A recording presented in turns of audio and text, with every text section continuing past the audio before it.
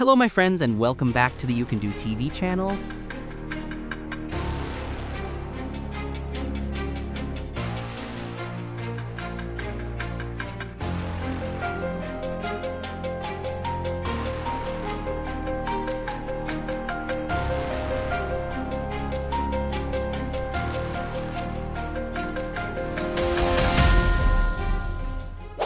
Since 2016, the Champigny Plateau Shaft construction site has been preparing to receive the first tunnel boring machine, TBM, of the Grand Paris Express. In parallel, the TBM was assembled by manufacturer Herrenknecht in Germany. Once tested, it was dismantled for transport and shipped to its launch site in France.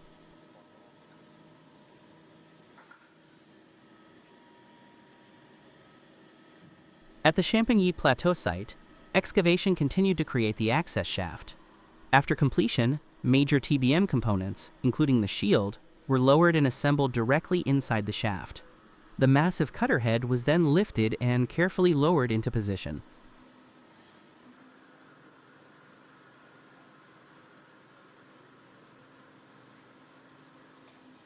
Following full assembly, the TBM began excavation toward the Sentier des Marins structure. As it advanced, the first concrete segments, voussoirs, were installed to form the tunnel lining, providing immediate structural support behind the cutter head.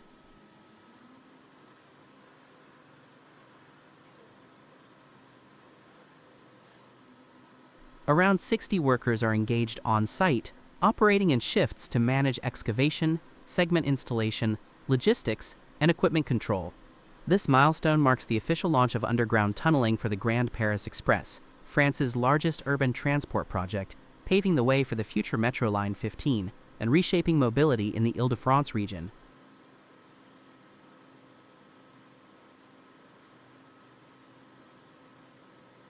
The construction of Villejuif Institute Gustav Roussy Station followed a detailed and highly coordinated sequence. Work began with diaphragm wall installation in late 2017, creating a circular shaft 63 meters in diameter and 50 meters deep. Excavation started in June 2018 using open-cut methods. As the shaft was excavated, reinforced concrete lining walls called counterwalls were built progressively to stabilize the soil and support the structure.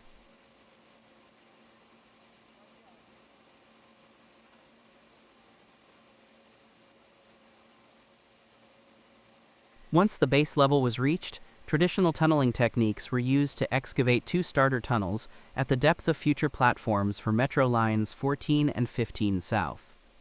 In the center of the shaft, a cast-in-place structural slab known as the Pont Cadre was installed.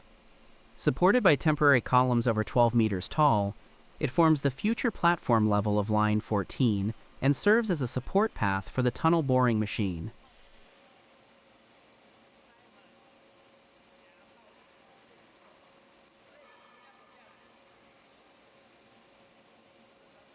TBM Allison, after boring 1.3 kilometers from the Jean Prouvé shaft, arrived at the station in late 2019. In January 2020, a complex ripage operation was carried out to slide the 1,400-ton TBM across the Pont Cadre from the south to the north starter tunnel. This required precision-guided hydraulic systems. Following this stage, preparations began for the arrival of TBM Amandine for Line 15 South.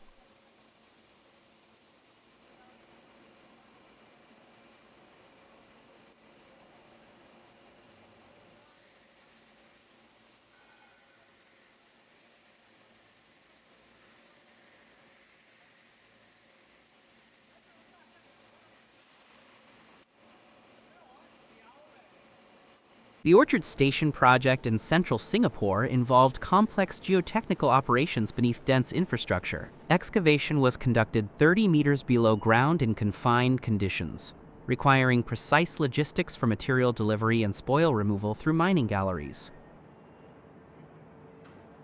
A world-first retractable tunnel boring machine, TBM, was deployed to adapt to limited launch and exit space. Simultaneous operations included shotcrete application, micropile installation, and umbrella vault construction to minimize surface settlement and ensure ground stability. Real-time environmental controls, monitored carbon dioxide, O, and noise levels.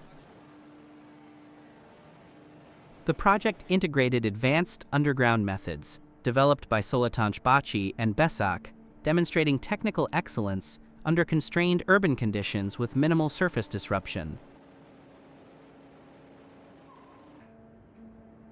The Gare Villejuif, Gustav Roussy, part of the Grand Paris Express, is a major underground station built over several phases.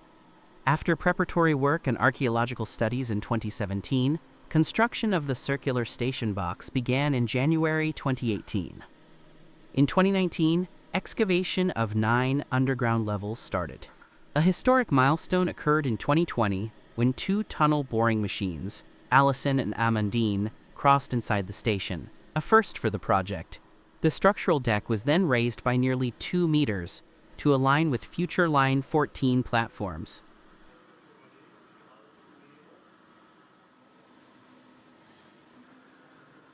From 2021, station outfitting accelerated. Metal framing for monumental stairs was installed, platforms were completed, and escalators began to be fitted in 2022. In 2023, both underground and surface, works advanced with roof installation and passenger equipment setup.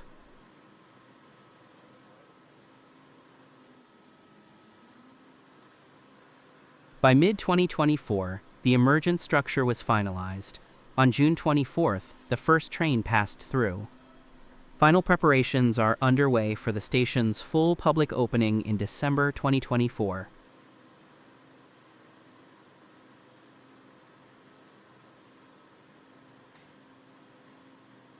The Montereau Equipment Yard is Soletanche-Bachy's central hub for technical maintenance and equipment lifecycle management. The process begins with incoming equipment inspection, followed by mechanical, hydraulic, and electrical diagnostics. Machines such as hydrophrases, drilling rigs, and pumps are disassembled, serviced, and tested in specialized workshops. Components are repaired or fabricated on site. The logistics unit manages outbound deployment using low-bed trailers and handles global customs and transport coordination. Technical teams maintain up-to-date documentation and ensure each unit leaves with a validated operation file. Continuous innovation and custom adaptations allow machinery to meet demanding site conditions worldwide with minimal downtime. In this operation, an 83mm Haggy Reed double Beckett dump rope is being changed out on a P&H 9020 dragline. The procedure begins with carefully detensioning the old rope, followed by disconnecting the double Beckett arrangement from the dump block. Specialized rigging equipment is used to support the weight and alignment during removal.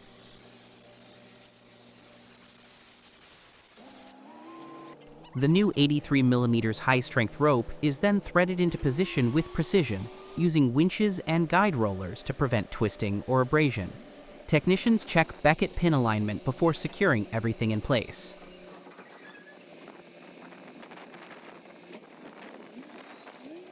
Once tensioned and inspected, the dragline is tested for proper dump block articulation and rope tracking.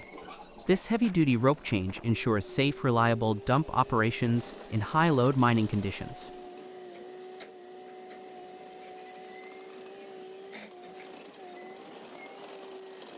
The Fisher Industries project in El Paso, Texas features a highly technical, vertically integrated border wall system. Crews executed mass earthmoving, over 200,000 cubic yards in under 6 days, to prepare a stable foundation. Precision grading enabled construction on slopes up to 31% incline. The 18-foot bollard fence was fabricated with weathering steel, extending lifespan to 80 years. Integrated infrastructure includes a reinforced concrete patrol road, advanced drainage, and an electrical package with fiber optic cables for tunneling and footstep detection. All engineering, steel fabrication, concrete production.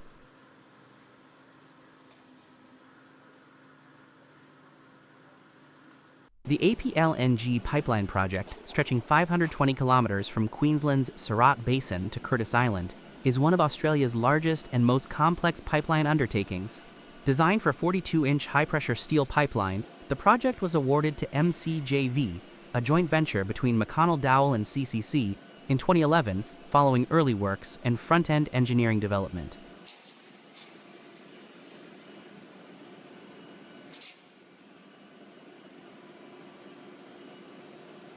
To support the construction phase, 270,000 tons of pipe were unloaded at Gladstone Port and transported via rail to reduce road traffic. The right-of-way, up to 40 meters wide, allowed progress at an average rate of 1.5 kilometers per day. Each 18-meter pipe segment was handled with precision to minimize on-site welding. A fully automated welding spread achieved up to 150 welds per day, supported by automatic ultrasonic testing and field joint coating using multi-component liquid epoxy.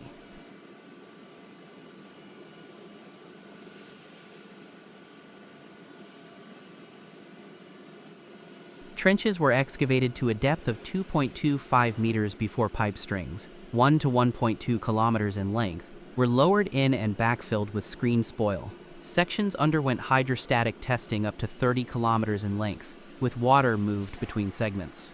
The project also included launcher/receiver stations, valve sites, and a central hub linking gas fields.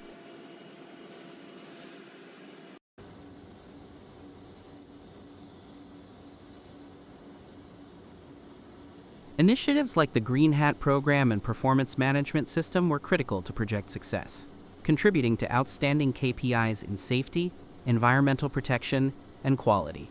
The pipeline was completed on schedule in April 2014.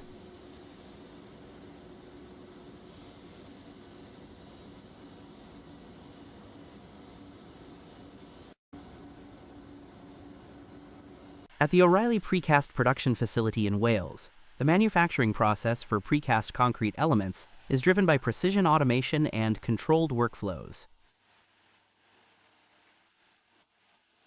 The operation begins at the main control PC, which manages the sequence of all production stages. Pallets are moved automatically along the line, beginning with the pallet cleaning station, where residual concrete and debris are removed to ensure a clean casting surface. Next, the plotting station marks out the exact geometry of each component. A release agent is applied to the pallet surface to allow for easy stripping post-curing. Then, steel cages are placed into position, either prefabricated or assembled on-site during the fabrication and installation phase. Concrete is delivered from the batching plant, where mix quality and consistency are strictly monitored.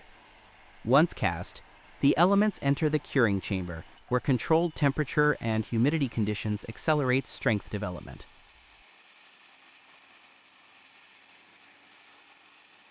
After curing, the panels proceed to the stripping station, where they are demolded and transferred for finishing or storage. Walls are ready to delivery.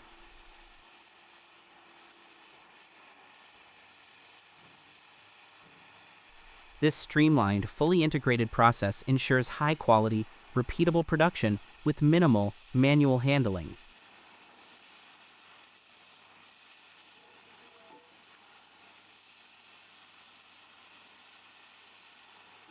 At Keegan Precast, the twin-wall manufacturing process follows a precise, streamlined sequence to ensure high quality and accuracy. First, the steel molds are carefully prepared and cleaned. A light spray of water is applied to the mold surface to maintain moisture and prevent concrete from sticking, ensuring a smooth finish. Next, reinforcement bars are installed according to engineering specifications, including lattice girders, to create the cavity between the two concrete layers.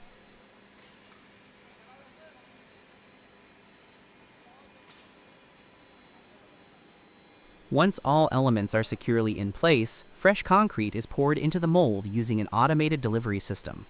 Vibration is applied during pouring to eliminate air pockets and ensure complete filling of all spaces. After casting, the twin wall panels are transferred to a controlled curing chamber where they gain early strength.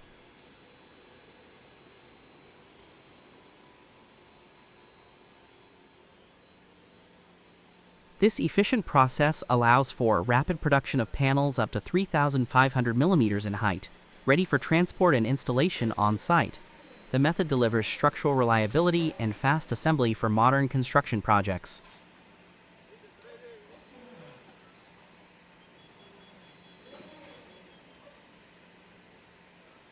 Elematic provides advanced precast technology tailored for efficient structural production. The system uses load-bearing walls and hollow core slabs, selected based on building size and span. Daily concrete output reaches 150 cubic meters, with 3 production batches for hollow core slabs. Equipment includes mechanical and hydraulic lines, along with a manual section of 5 beds, each 144 meters long and 1,200 millimeters wide. Key machines include an Elematic extruder, cutting unit, and strand puller, supported by 2 dedicated batching plants. In the city of Irpin, located on the northwestern outskirts of Kyiv, Ukraine, a remarkable feat of engineering and demolition is underway. The landscape still bears the scars of recent conflict, with damaged buildings, shattered windows, and broken infrastructure stretching as far as the eye can see. Among these remnants stands a tall, partially collapsed multi-story apartment building, no longer safe for habitation. The decision has been made. It must come down. And the tool of choice? A case hydraulic excavator, equipped with a powerful concrete pulverizer.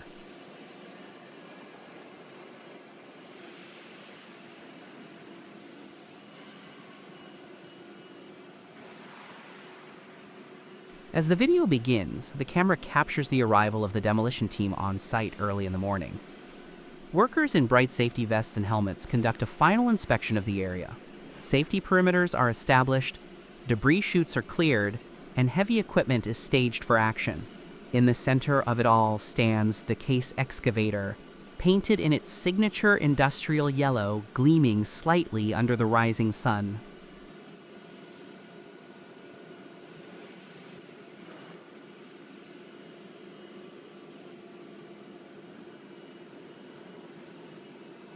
With a deep rumble, the machine comes to life.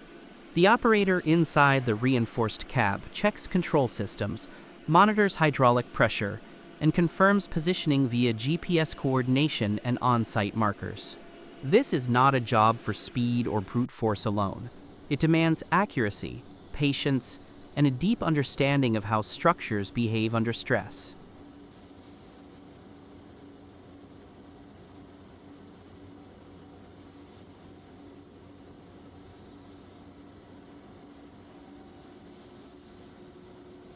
The excavator's boom slowly rises, its powerful arm reaching skyward toward the upper floors of the building. Attached at the end is a robust hydraulic pulverizer, a tool designed to crush, twist, and dismantle reinforced concrete and steel with extreme efficiency. The first contact is made at the roofline. The pulverizer clamps down on a cracked parapet, applying thousands of pounds of pressure in a matter of seconds. Concrete splinters, bricks break free, and metal reinforcement bars are revealed like the ribs of a skeleton.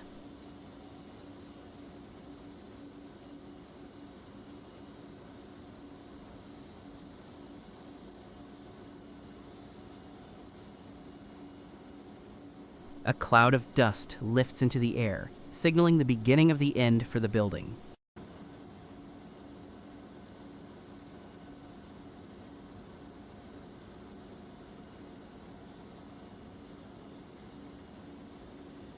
The demolition is methodical. The case excavator begins its work from the top down, taking apart the structure floor by floor. This approach prevents sudden collapses and maintains structural control throughout the operation. Each section of wall, each ceiling slab, is handled like a puzzle piece. The excavator crushes concrete into smaller pieces, snips through rebar, and pushes debris safely inward toward the demolition zone.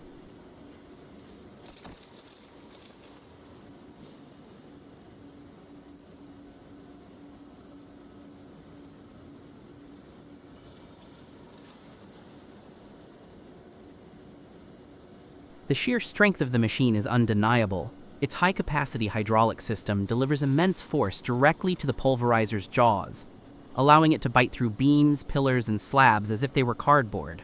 Yet the operator's finesse is equally impressive. Using joystick controls and foot pedals, they maneuver the boom with surgical precision, choosing where to cut, where to pull, and where to let gravity assist.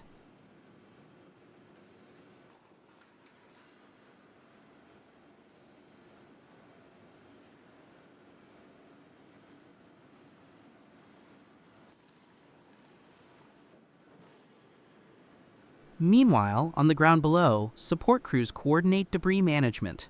A team of spotters monitors falling material and communicates directly with the operator. Water is continuously sprayed across the work zone to suppress airborne dust and maintain visibility. Trucks are staged in rotation to haul away rubble, which is sorted for recycling whenever possible. Concrete, brick, and steel will all find new life in future construction projects.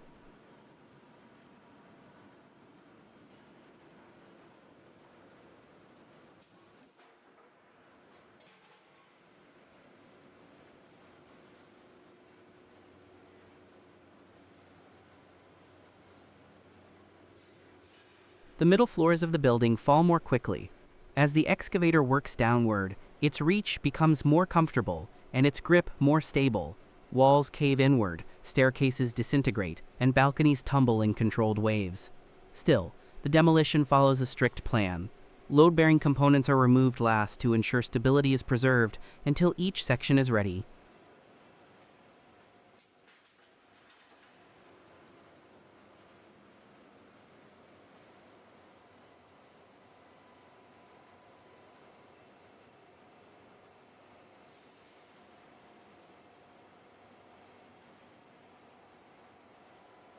Cameras mounted on the excavator provide a unique point-of-view shot from the operator's perspective.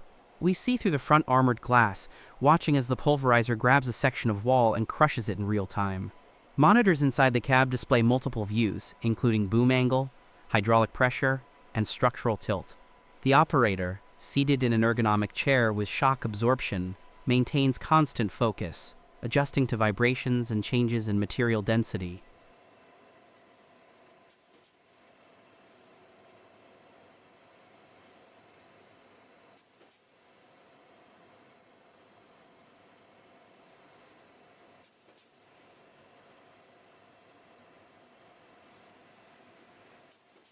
A flyover shot reveals the size of the building, originally 5 stories tall with dozens of rooms. By now, more than half has been reduced to rubble. The site is surrounded by fencing and warning signs, keeping civilians and traffic at a safe distance. Nearby residents, some of whom once lived in the very structure now being dismantled, look on quietly, aware that this moment marks both an ending and a new beginning.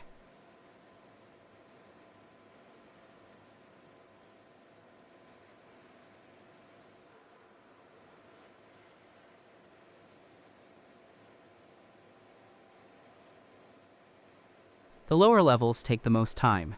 Here, the concrete is thicker, and more reinforcement was built into the foundation. The case excavator, however, is up to the task. Its stability increases as its center of gravity lowers. It operates on heavy-duty steel tracks, giving it traction and balance, even while pushing or pulling against large structural elements. The undercarriage is reinforced for impact, while its hydraulic system uses smart flow controls to adapt pressure in real time.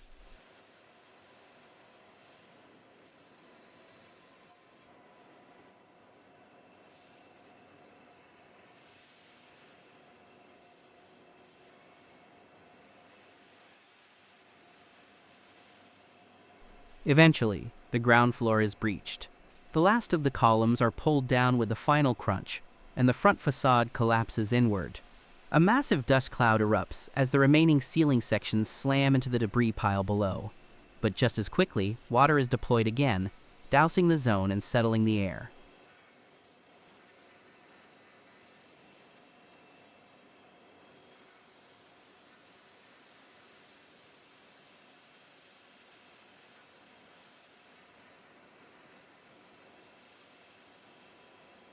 The operator powers down the excavator briefly to perform an inspection. No damage to the tool, no hydraulic leaks, no faults on the control system. The case machine has performed flawlessly throughout.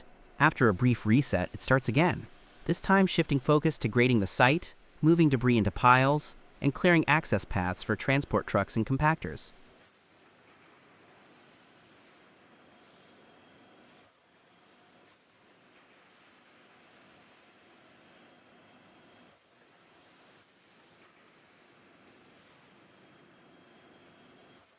In the final stage, we see the lot fully cleared. The building is gone, replaced by a level base of crushed stone and dust. A loader sweeps across the field, removing small debris and making way for reconstruction. Excavators began collecting remaining construction materials, preparing for the restructuring or conversion of the land use. Officials arrive to inspect the site, and engineers begin marking out new plans for future development. What once was a damaged, abandoned structure is now a clean slate for recovery and renewal.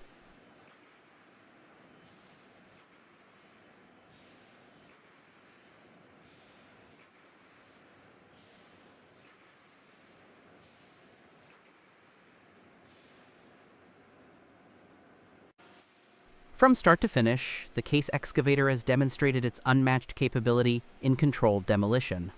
It combined raw power with modern technology, integrated hydraulics, intelligent control systems, and rugged build quality to safely dismantle a structure that no longer served its purpose.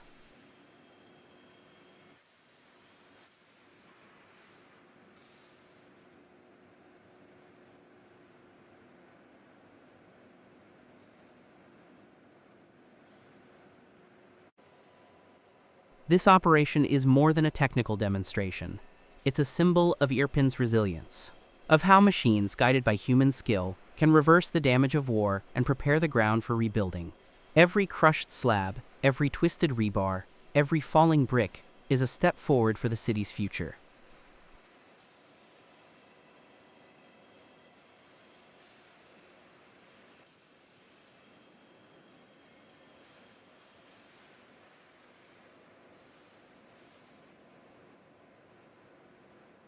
Irpin will rise again, and the roar of the Case excavator marks the first chapter in that journey.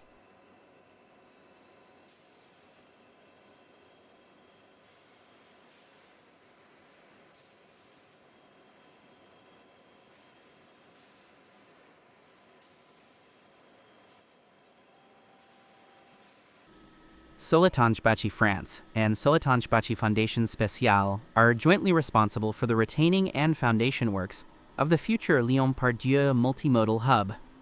This major project includes a 5-level underground car park, a new station hall, and the 170-meter to Lyon Tower.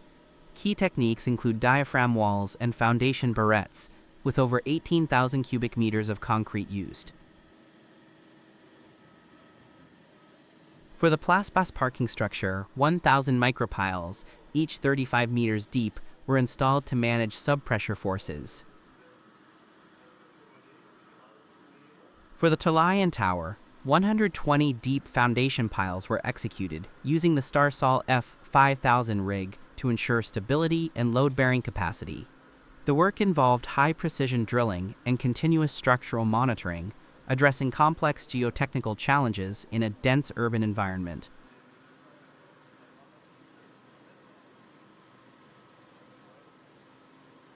In the summer of 2016, groundwork began on the iconic Dubai Creek Tower. By September, engineers achieved a world record test load of 36,300 tons, an engineering milestone. From October 2016 to February 2017, 145 barrettes were installed, each plunging 74 meters into the ground using 4 powerful hydrophrases. Supporting this colossal effort, 220,000 cubic meters of polymer-based drilling fluid and 16,000 tons of reinforcement cages. For the first time globally, a lateral barrette load test was performed using OCEL technology. Between April and July 2017, 328 barrettes, each 6.2 meters wide, were placed to anchor the tower's cable arrays. The team poured 90,000 cubic meters of high-strength concrete and carried out 66,000 cubic meters of bulk excavation. By July 30th, after 1.2 million man-hours, the deep foundation was complete.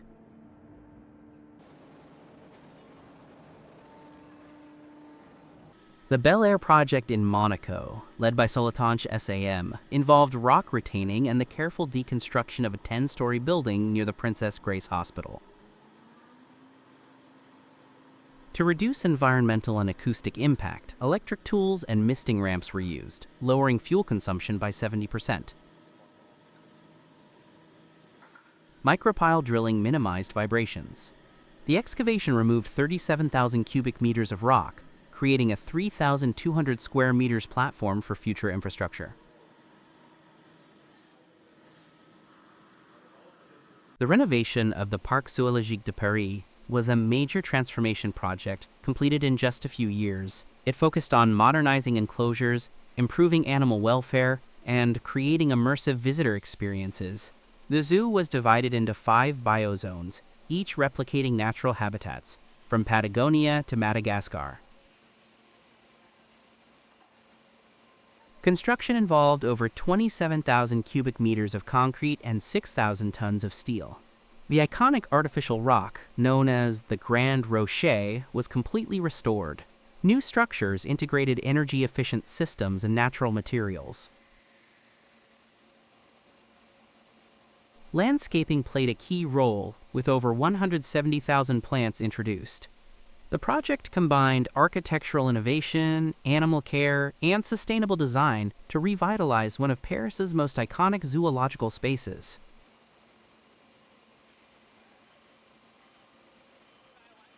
The rippage of the 3,000-ton slab at Arcueil-Cachan station involved advanced structural and geotechnical techniques. Deep foundations and retaining systems were constructed on both sides of the rail corridor. Undertrack galleries were excavated to build abutments for the future deck. The concrete slab was prefabricated near its final location. During the 124-hour operation, hydraulic jacks and guided cable systems slid the slab into position on low-friction surfaces. The embankments were then rebuilt and track systems reinstalled. This method ensured structural precision, minimized service disruption, and demonstrated high-level coordination between Société du Grand Paris, RATP, and Vinci Construction.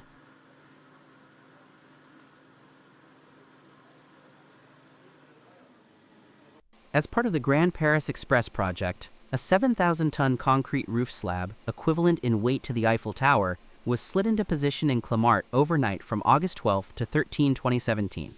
Prefabricated since January, the 2,000 square meter slab was moved 40 meters using 42 multi-wheeled self-propelled transporters. The operation followed the removal of 8 temporary railway bridges and the installation of a temporary pedestrian bridge, Alice. Within 3 hours, the roof was successfully repositioned. Over the next days, waterproofing works and structural sealing were completed. The railway embankment and 4 permanent tracks were rebuilt directly above the new station roof. Platforms were reconstructed, catenary lines reinstalled, and Transilien service tests conducted.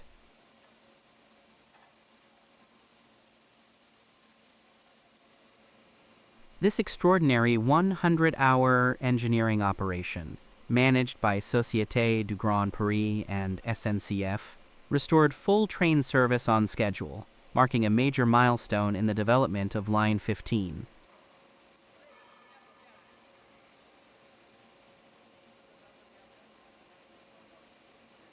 The demolition of Earl's Court Exhibition Centres 1 and 2 marked a major milestone in one of London's most ambitious redevelopment projects. Over several months, Kelpray executed a complex series of engineering operations with precision and scale.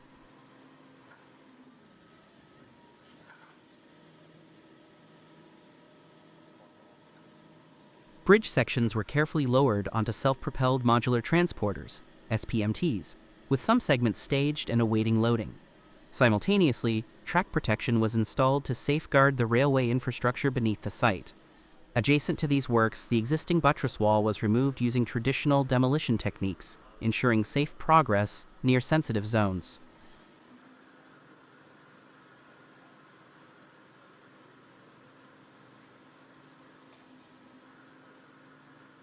A 4-month operation followed to dismantle the original roof sheeting and overcladding of Earl's Court 1. Temporary roof support works, designed by Wentworth House Partnership, enabled safe removal while maintaining structural integrity. A Mabby temporary bridge was installed, creating a crucial access route over the active District Line tunnels.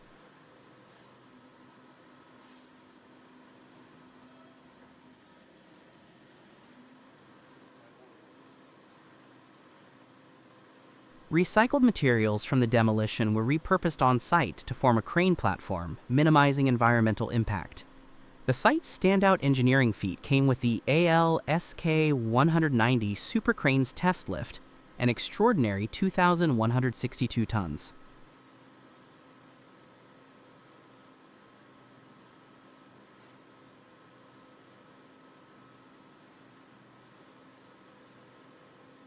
In one of the most technically demanding phases, Beam 31, a 1,400-ton structure, was successfully removed during a strict 48-hour rail possession window. With the heavy lifting complete, the decommissioning of the crane marked the end of a transformative phase in the regeneration of Earl's Court.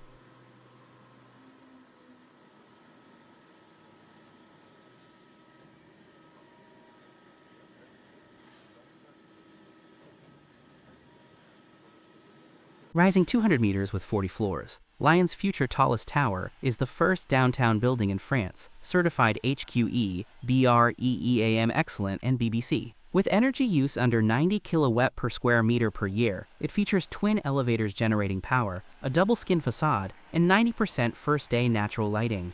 Construction follows strict sustainability protocols: wastewater decantation, waste sorting, carbon dioxide tracking, and real-time noise control.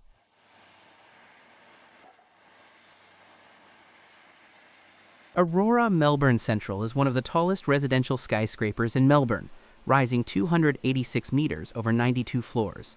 By September 2019, the project had reached its final construction stages, with the structural core nearing full completion. The building utilized a reinforced concrete core and floor plates constructed using jump form and in-situ casting techniques. The main structure uses monolithic reinforced concrete, with the floor system constructed using the in-situ casting method and automatic climbing formwork. Every 5-day cycle, a new floor is completed. The high-speed tower crane system continuously transports materials. High-speed tower cranes played a critical role in vertical material handling, supported by external hoists for personnel and equipment movement. The facade system consisted of lightweight glazed curtain wall panels, prefabricated and installed progressively using specialized lifting equipment. This allowed facade installation to proceed in tandem with the structural frame, maximizing schedule efficiency.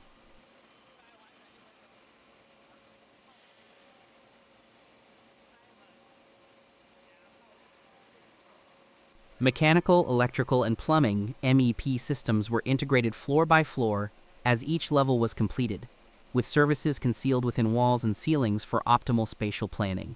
Fit-out works began on the lower levels, while the superstructure continued to rise, ensuring continuous workflow across trades.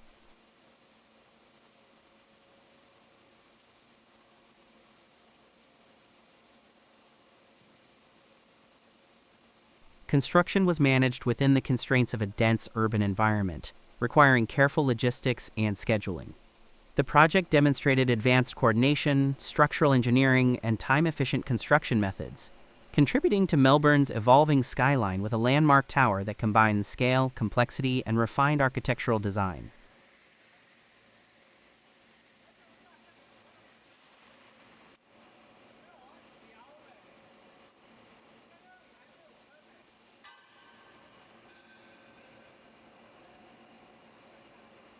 The construction of the Paris Courthouse, Tribunal de Paris, led by Bouygues Bâtiment Île-de-France, was a technically complex and large-scale project. Reaching a height of 160 meters with 38 floors, it became the tallest judicial building in the European Union upon completion. The process was closely monitored from deep pile foundations to the complex superstructure. The design features 4 stacked volumes with large cantilevers, requiring highly precise execution of post-tension transfer slabs. The glass curtain wall, covering over 50,000 square meters, was installed using specialized lifting systems. Over 1,500 workers were involved at peak activity. Interior fit-out began while the structure was still rising, accelerating delivery.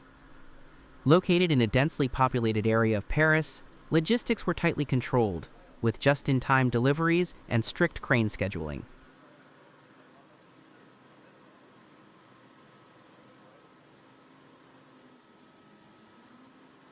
Torre Reforma stands as an architectural and engineering marvel in the heart of Mexico City, currently the second tallest building in the country. Rising to a height of 807 feet, 246 meters, the tower redefines what's possible in urban construction within a seismically active region.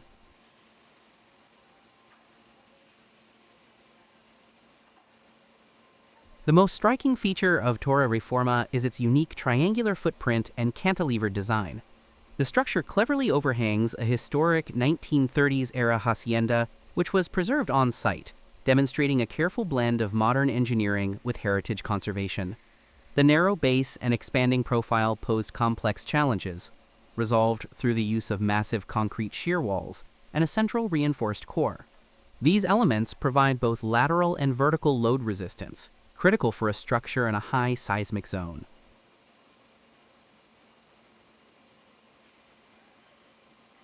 Seismic resilience is at the core of Torre Reforma's design.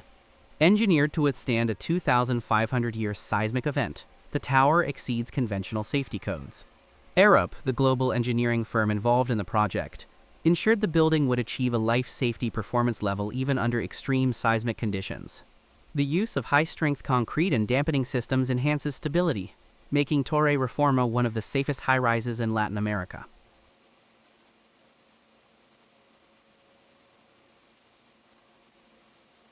Sustainability was equally prioritized. The tower incorporates advanced energy-saving systems, rainwater harvesting, automated shading, and natural ventilation strategies. With these features, the developers aim to earn LEED Platinum certification, the highest level of sustainability recognition, making it the first high-rise in Latin America to achieve this distinction.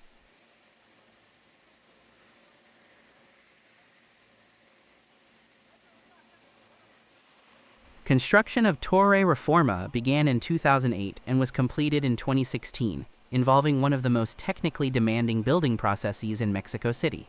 Deep excavation and pile foundations were carried out to stabilize the site against seismic activity. The central core was built using slipform technology, enabling rapid vertical progress. The iconic angled concrete walls were cast in situ using climbing formwork, requiring millimeter precision. Due to the irregular geometry, each level needed custom formwork and detailed structural coordination.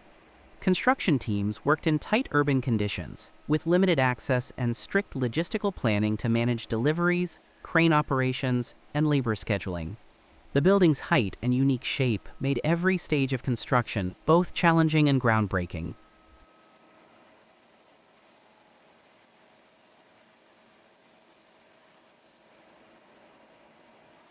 Today, Torre Reforma is not only a symbol of Mexico City's urban evolution, but also a benchmark in global high-rise design, blending resilience, sustainability, and architectural ambition into a singular vertical statement.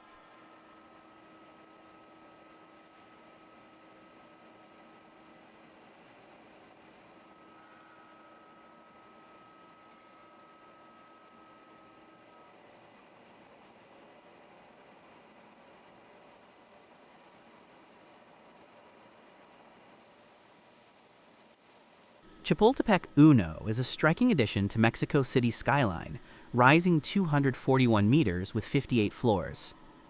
Located near Chapultepec Park, this mixed-use skyscraper was designed to address urban challenges such as limited housing, traffic congestion, and seismic risk. The tower integrates high-end apartments, corporate offices, and a luxury Ritz-Carlton hotel within a compact footprint. Built with a reinforced concrete core and steel structure, the building is engineered to withstand the city's frequent seismic activity. The design incorporates tuned mass dampers and flexible joints to enhance structural resilience. Construction required deep foundation work and precise coordination due to the dense urban surroundings. Specialized cranes, high-performance concrete, and prefabricated elements were used to streamline the schedule and reduce disruption.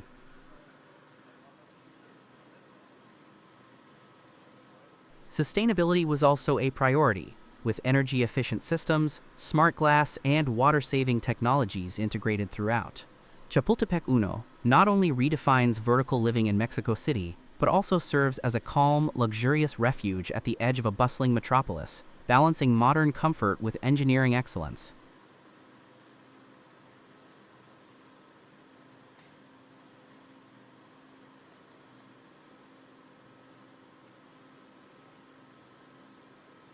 At 462 meters, the Lakhta Center in St. Petersburg is the tallest building in Europe. Its construction relies on Liebherr's specially engineered tower cranes, capable of lifting 64-ton loads over 400 meters high. Maintenance at this altitude demands extreme skill and endurance. Technicians climb in freezing winds to inspect critical systems like limiters and anemometers. Each task, though routine, directly impacts crane performance and site safety. Precision, coordination, and constant communication are vital in such extreme working conditions.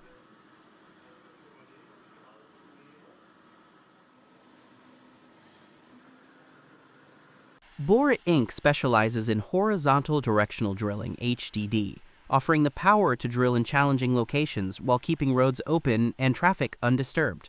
With the capability to pull pipe up to 10 inches in diameter, HDD is ideal for electric, communications, water, and gas installations. This trenchless method preserves property, minimizes surface disruption, and leaves job sites cleaner, safer, and virtually free from traditional trench restoration.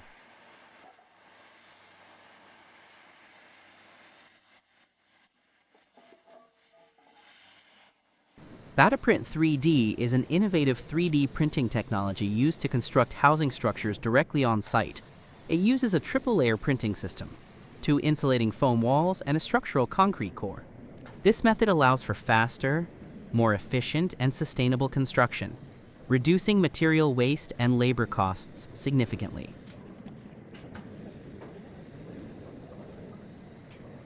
Construction is underway at the new secondary school in Mallow, County Cork. The project is progressing steadily, with structural works now entering a key phase. On-site, crews are installing precast concrete wall panels, which arrive ready-made and are lifted into place using mobile cranes. This method speeds up construction while ensuring consistent quality and finish. The panels are secured to the building frame and aligned precisely to architectural specifications. Work continues across multiple zones with trades coordinating in real time. Once complete, the facility will provide modern, energy-efficient learning spaces for the next generation of students in the region.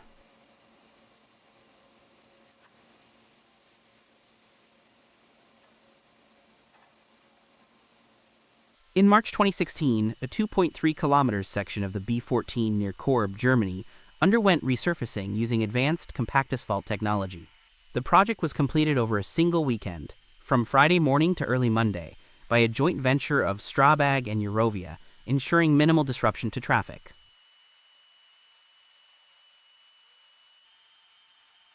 The core of the operation was a Dynapack compact asphalt unit with an integrated basket system, allowing simultaneous placement of the binder and surface courses.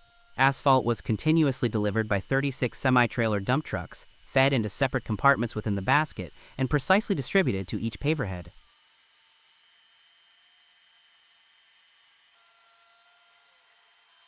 The binder layer was first placed and immediately followed by the hot surface layer. This one-pass, two-layer method eliminated cold joints and enhanced bonding between layers for improved durability. The 18-meter-long asphalt sections required careful handling, especially across complex curves and inclines.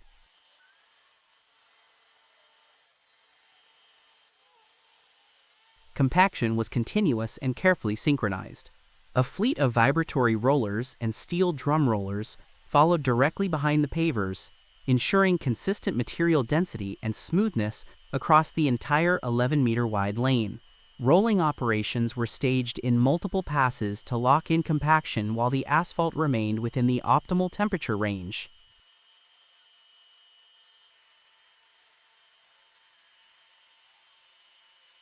The method drastically reduced construction time, improved structural integrity, and delivered a finished surface of superior quality.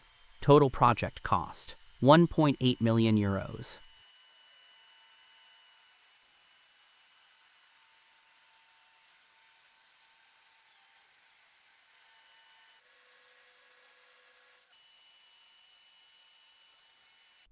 The VSL modular stair system used on the new Bridgewater Bridge project in Tasmania provides efficient, reusable access up to 30 meters high. Unlike traditional scaffolding, it allows quick relocation between piers, optimizing cycle times. Its container-like design ensures easy stacking, transport, and safe assembly, enhancing on-site productivity and safety. As part of the major Calais Port 2015 infrastructure project, 16,000 X-blocks were produced to form the first line of defense against waves and storms. These large, X-shaped concrete units were manufactured on-site in a dedicated automated facility built by APSCBO Group. Aggregates, cement, and water were precisely mixed and poured into molds ranging from 4 to 14 cubic meters. Each day, 28 to 40 X-blocks were cast, then cured and tested for quality.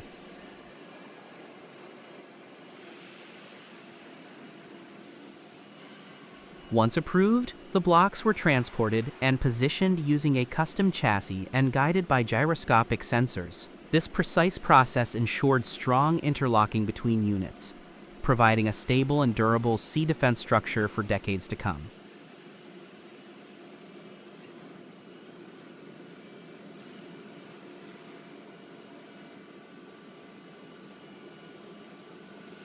The Zourite barge successfully transported and installed the three components of Pile 48, the first offshore pier of the Nouvelle Route du Littoral viaduct in La Réunion. The construction involved 4 production lines, 2 for the pile bases and 2 for the pile heads. Key milestones include the base installation on August 30th, 2016, the 2,000-ton pile head on September 12th, and the 2,400-ton mega segment on September 23rd. On October 22nd, the 2,600-ton launcher, 278 meters long and 26 meters high, was delivered. Finally, on December 2nd, a massive 5,000-ton segment was placed on the abutment.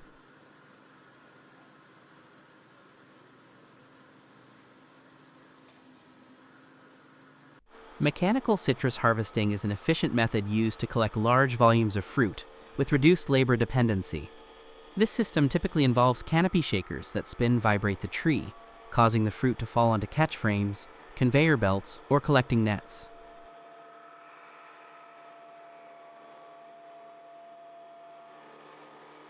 Advanced machines are often self-propelled and equipped with integrated storage systems and even pre-sorting mechanisms. This approach is especially effective in large-scale orchards, where speed and cost efficiency are critical.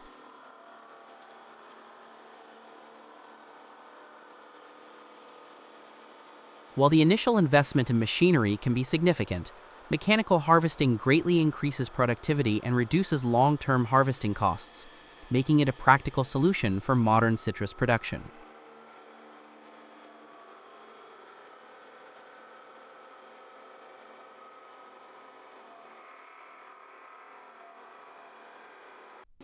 Taiwan's machine tool accessory industry plays a vital technical role in advancing smart manufacturing. Precision tool holders, such as hydraulic, shrink fit, and collet chucks, form the critical interface between spindles and cutting tools. At PA, tolerances as fine as 2 to 3 micrometers are achieved to minimize tool wear, spindle damage, and machining errors. The company also integrates sensors into high-speed built-in motor spindles, enabling condition monitoring and enhancing predictive maintenance. Their ability to produce 100,000-plus custom tool solutions ensures compatibility across diverse CNC platforms. SYIC targets 5-axis machining centers with high-precision PROE collet chucks that achieve 3 micrometers runout and support ultra-high coolant pressures. Their AWC jig tool holders and quick-release work-holding systems significantly reduce non-cutting time. Touch probe-based automatic positioning and robotic integration streamline setup and correction procedures, essential for unmanned machining environments. EarthChain focuses on magnetic clamping systems engineered for rapid workpiece changes. Their magnetic discs, equipped with programmable controllers, interface with CNCs and robotic arms to eliminate fixture interference and reduce setup times. Their AI-integrated IoT demo factories showcase full-cycle automation using in-house systems. Collectively, these technologies reinforce Taiwan's technical leadership in enabling scalable, high-precision smart manufacturing.